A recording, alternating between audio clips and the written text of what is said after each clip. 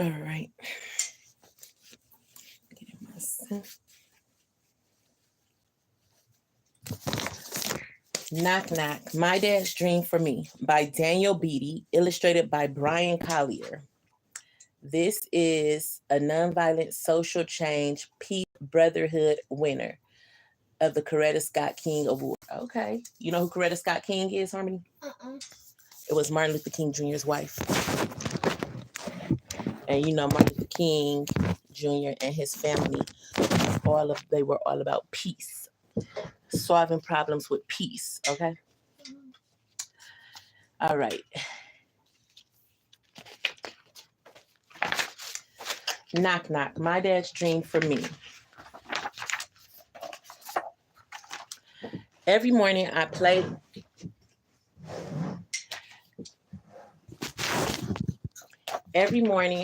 a game with my father. He goes knock knock on my door and I pretend to be asleep till he gets right next to the bed. Then I get up and jump into his arms. Good morning, Papa.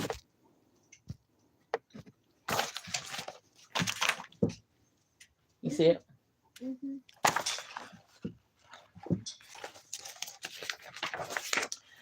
And my papa tells me, I love you. We share a game. Knock, knock.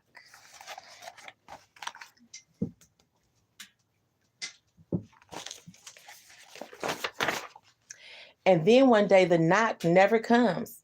I wait, but Papa's not there to play our game.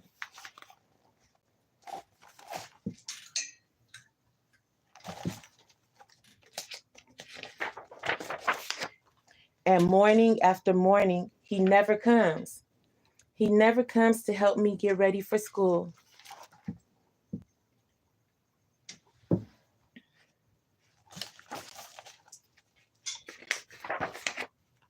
He never comes to cook my favorite scrambled eggs. He never comes to help me with my homework after school.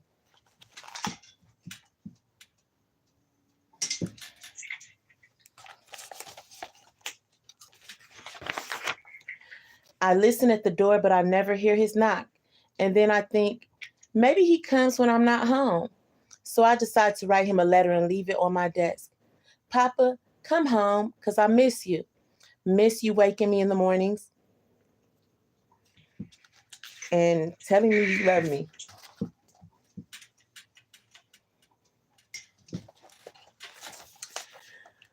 Whew. Papa, come.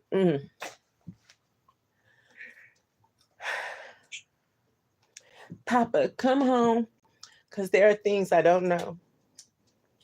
And when I get older, I thought you could teach me how to dribble a ball, how to shave,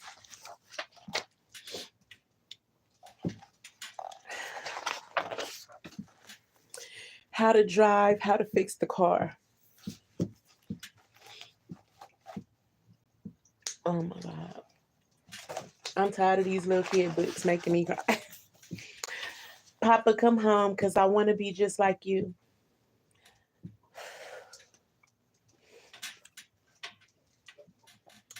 But I'm forgetting who you are.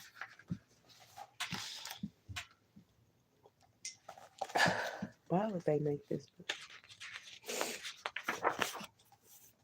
2 whole months pass, and my letter to my papa still sits on my desk. But I leave it and wait for my papa's knock.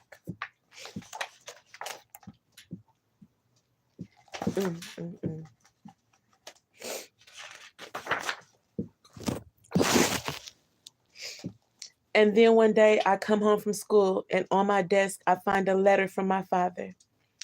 To my dear son.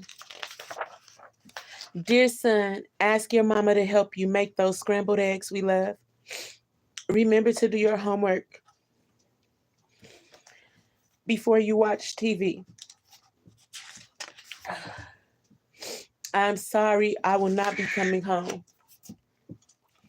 For every lesson, I will not be there to teach you. Hear these words. As you grow older, shave in one direction. With strong, deliberate strokes to avoid irritation. Dribble the page with the brilliance of your ballpoint pen. No longer will I be there to knock on your door. So you must learn to knock for yourself. Knock, knock down the doors that I could not. Knock, knock to open new doors to your dreams. Knock, knock for me, for as long as you become your best, the best of me still lives in you. Knock, knock with the knowledge that you are my son and you have a bright, beautiful future. For despite my absence, you are still here. Knock, knock. Who's there? You are.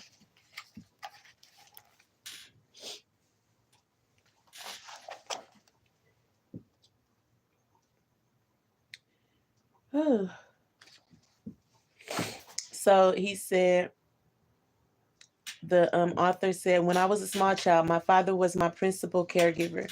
While my mother was at the office working, my father would change my diapers, feed me, and let me ride on his shoulders to the grocery store.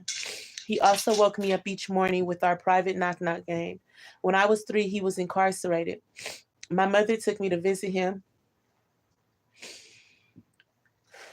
in prison. And he was behind glass. This experience was traumatic for me, and I was not allowed to visit my father again in prison for many years. As I grew older, I became aware of the tremendous void created by my father's absence. On my journey to adulthood, I realized how important it was for me to address the pain created by this separation. Later, as an educator of small children, I discovered how many of my students were also dealing with the loss of a father from incarceration, divorce, or sometimes even death.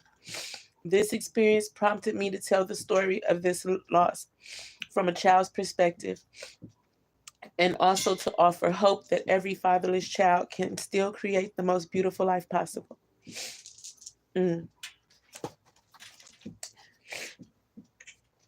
That's it. I didn't show you the last picture, huh? I did, huh? It was a knock at the door, but it was him. He was all grown up now. Oh no, it was his father. His father's old and he's grown. This is him, his wife. He got married, had a daughter. His mom, he had kids. His mom and his wife and kids celebrating his birthday. This is when he was just with his family. And you see how it's a shadow always over here? That's like his father not really there, you know? He working, he growing. You see how a little boy and a teenager and then a grown man all in the one body? That's the years that pass by. And then after all this happened in his life, he saw his father again. But look how much happened in his life. How much. Which one is the dad? The one with the hat. And this is the son, but he all grown up with his own family and kids and everything, you know? That's a lot of time passed by.